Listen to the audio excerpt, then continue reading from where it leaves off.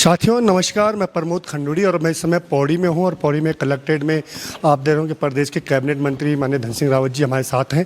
लगातार धन सिंह रावत जी अपने उनके क्षेत्र में बहुत बड़ी आपदा आई है और आपदा के दौरान लगातार क्षेत्र में बने हुए हैं। इसके लिए उनको बधाई भी देते हैं कि कम से कम उन्होंने जो क्षेत्र में जो सुविधाएँ देनी थी वो तत्काल मुहैया कराई सरकार की तरफ से, चाहे वहाँ का पुल हो चाहे कुछ हो। आइए बात करते हैं धन सिंह रावत जी से।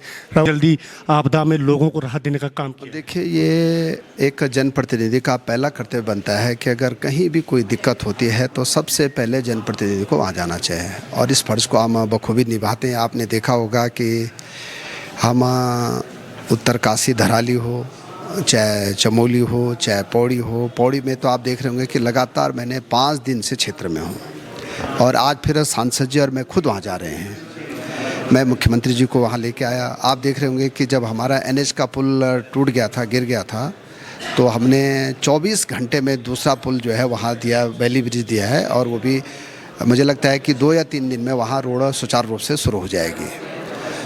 हर दृष्टि से सरकार जो है जनता के साथ खड़ी है, आपदा पीड़ितों के साथ खड़ी है। और अभी आप देख रहे होंगे कि मैंने 11 विभागों की देहरादून में बैठक की है। जो भी परिवार अगर विस्थापन करने के लायक होंगे उनको विस्थापित किया जाएगा। बिजली की व्यवस्था पूरी हो गई है। पानी के लिए भी हमने सभी गांवों के लिए, जो हमारे 83 गांव में पानी की दिक्कत थी, वहां के लिए पैसा मुक्त कर दिया है। आप देख रहे होंगे कि बोंगी धार का हमारा पुल बह गया था, उसके लिए भी पैसा दे दिया है। तो हर प्रकार से हम लोग व्यवस्था बना रहे हैं। जो हमारे 5 मजदूर बह गए हैं और वो लापता है अभी तक, वहाँ भी SDRF की हमने पूरी टीम भेजी है। मैं खुद वहाँ बांकुड़ा गांव गया था, मैं बोंगीधार गया था, मैं आप देख रहे होंगे कि थैलीसैंड गया हूँ। मैंने भी लगभग अभी तक 18 गांव का भ्रमण कर चुका हूँ। तो मुझे लगता है कि अब 1 हफ्ते में सारी चीज़ें ठीक हो जाएंगे। मंत्री जी जिस समझ देख रहे हैं कि मुआवजे की जो बात आ रही है, जो कि क्योंकि लोगों के परिवार मकान के मकान जमा पूंजी सारी बह गई है, लेकिन मुआवजे में कहीं ना कहीं लग रहा है कि बहुत कम मुआवजा दिया जा रहा है। आप देख रहे होंगे कि एक भारत सरकार का और राज्य सरकार का एक आपदा का एक मानक है। उस मानक के अनुसार जिसका जो भी नुकसान होगा वो पूरा उसको मुआवजा दिया जाएगा। अभी तो हम प्रथम दृष्टया में सबको जो है राहत दी है और आपने देखा होगा कि तुरंत मैंने एक भूगर्भ की टीम वहाँ भेजी। आपने कल ही देखा होगा कि 3 लोगों की टीम वहाँ भेजी गई है और वो ये आकलन करेंगे जिला प्रशासन के साथ में कि किसका कितना नुकसान हुआ है। उस नुकसान के बाद सबकी भरपाई की जाएगी, कोई आदमी छूटेगा नहीं। यहाँ तक मैं कह रहा हूँ कि जो मेरे क्षेत्र में 35 परिवार ऐसे हैं जिनको क्या हमको हो सके कि विस्थापन करना पड़ेगा, तो विस्थापन के लिए भी हमने उनको पैकेज दे रहे हैं और सरकार की तरफ से कोई कमी वहाँ नहीं रहेगी। पौड़ी जनपद में, पौड़ी की बात करूँगा, पौड़ी विधानसभा में भी रैदुल गाँव वहाँ पर 6 परिवार SC परिवार हैं, वो भी विस्थापन की मांग कर रहे हैं क्योंकि उनका मकान भी बहुत बुरी स्थिति खराब है। मैं ये कह रहा हूँ आपको कि जब मैं आपदा मंत्री था तब मैंने 1800 परिवारों को विस्थापन कराया था और अभी मुख्यमंत्री जी और हम लोग बैठे थे। हमें कह रहे हैं कि चाहे पौड़ी जिला हो, चाहे पौड़ी विधानसभा हो, चाहे श्रीनगर विधानसभा हो, चाहे उत्तरकाशी हो, चाहे टिहरी हो, चाहे चमोली हो, चाहे पिथौरागढ़ हो, कहीं भी अगर किसी भी परिवार की स्थिति ऐसी है कि उसको विस्थापन करना पड़ेगा तो निश्चित रूप से हम विस्थापन करेंगे, उसमें कोई दिक्कत कहीं की नहीं रही। आज कैबिनेट बैठक है आप लोगों की आपदा को लेकर के, क्या है विशेष रहने वाले? देखिए, कैबिनेट में चूँकि कैबिनेट की कुछ बातें ऐसी होती हैं कि वो पहले नहीं बताए जा सकते, लेकिन हम कैबिनेट में विचार कर रहे हैं कि लोगों को कोई दिक्कत न रहे। हम आज 3-4 बातों पे विशेष फोकस कर रहे हैं कि भाई बिजली की व्यवस्था सुचारू रूप से हो जाए, पानी की व्यवस्था सुचारू रूप से हो जाए। आप देख रहे होंगे कि चौथान के 35 गांव में हम लोगों ने तुरंत एस्टिमेट देकर और पानी की व्यवस्था सुचारू रूप से कर रहे हैं। वैकल्पिक व्यवस्था अलग से पाइप की व्यवस्था वहाँ पे कर दी है।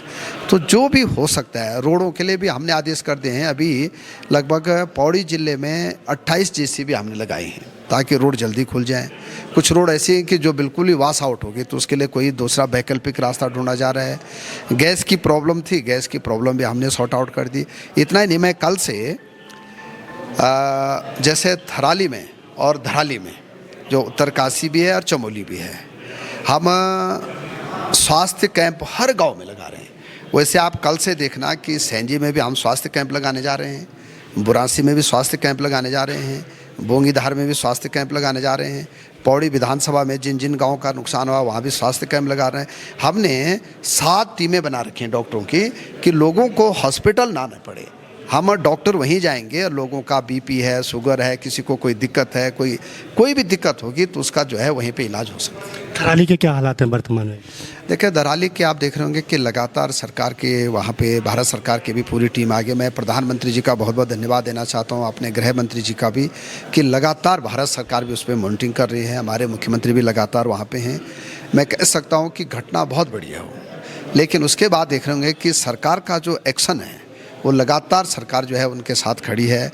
और आप देख रहे होंगे कि वहाँ वैली ब्रिज भी बन गया है, वहाँ की काफ़ी चीज़ें आप सुचारू रूप से हो रही हैं।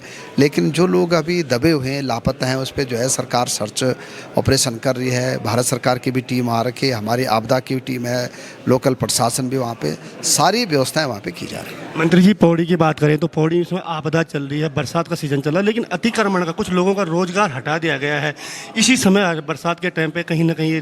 देखिए आपने ये बात कही, अभी मैं डिस्ट्रिक्ट मजिस्ट्रेट से बात करूँगा इस बारे में।